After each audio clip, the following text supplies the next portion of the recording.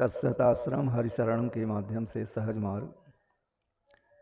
नारायण जाप, नारायण की पूजा, नारायण का ध्यान, चतुर्भुज शंख चक्र गदा पद्मधारी नारायण का शरणागत हो करके साधक को, भक्त को, दास को जप करना चाहिए।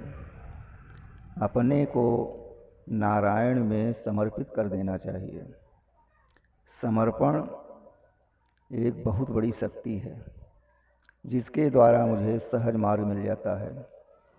न उसमें व्रत करना है, न तप करना है, न कोई चढ़ौआ चढ़ाना है, केवल शरणागत और प्रेम, विश्वास। जब जीव के अंदर प्रेम, श्रद्धा और विश्वास का उदय होता है और शरणागति हो जाती है तो वही जीव मुक्त हो जाता है। शब्द है नारायण जो 4 अक्षर का है। इसी का जाप, इसी का मनन, इसी का ध्यान अनवरत करते करते जीव को जब विश्वास के द्वारा सनई सनई करते करते जब कुछ समय के बाद नारायण की प्राप्ति, उनका अनुभव, उनके द्वारा सुख शांति, हर चीज़, ऐश्वर्य, जितने कुछ भी हैं सांसारिक, उनको तो प्राप्त करना ही है, लेकिन इन सब के होते हुए भी मुक्ति का द्वार सहज ही खुल जाता है। नारायण की शक्ति नारायण शब्द ही में निहित है। मनुष्य योनि में जीव जब जन्म लेता है तो उसे चैतन्य जीव कहा जाता है।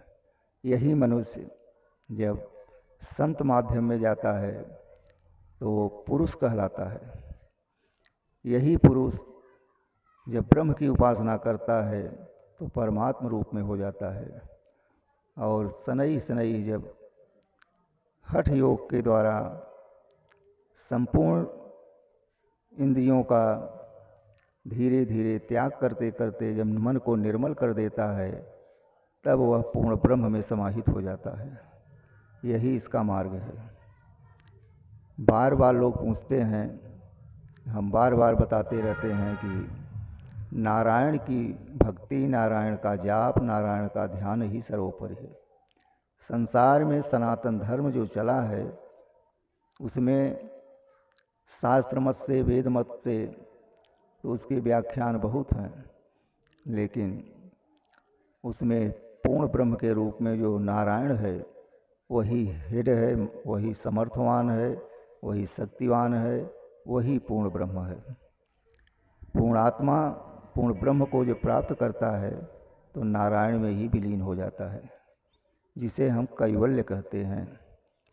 स्वर्ग, मुक्ति, वैकुंठ, इन सब मार्गों को तो मिल जाता है, लेकिन मिलने के बाद जब वो तपस्याओं के द्वारा प्राप्त किए हुए, कर्म के द्वारा प्राप्त किए हुए कर्म जब क्षीण हो जाता है तो पुनः संसार में ढकेल दिया जाता है। इसलिए हमारा जो अनुभव है कि आप नारायण की भक्ति करेंगे तो पुनरागमनाय च, फिर संसार में, भवसागर में पुनः आने की ज़रूरत नहीं है। ऐसी धारणा बना करके हमें नारायण का जप, ध्यान करना चाहिए। हरिशरणम माध्यम से ये बताया जाता है कि नारायण का आप जाप करिए, नारायण की भक्ति करिए। चारों पदार्थ आपके हाथ में सदैव भरा रहता। चारों पदार्थ की प्राप्ति यदि करना है तो नारायण की भक्ति करना है। 4 अक्षर ही ये चारों पदार्थ देते हैं, अर्थ, धर्म, काम और मोक्ष।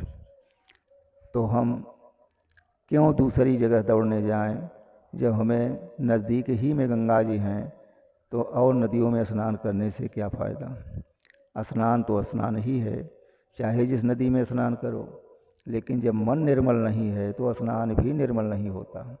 स्नान से काया चमड़ा धोया जाता है, मन नहीं निर्मल होता। जब आपका भाव, प्रेम, विश्वास के द्वारा नारायण की भक्ति करता है, अब तब गंगा स्नान करता है, तब उसका मन निर्मल होता है और नारायण की कृपा से नारायण के धाम को जाता है। श्रीमन नारायण नारायण।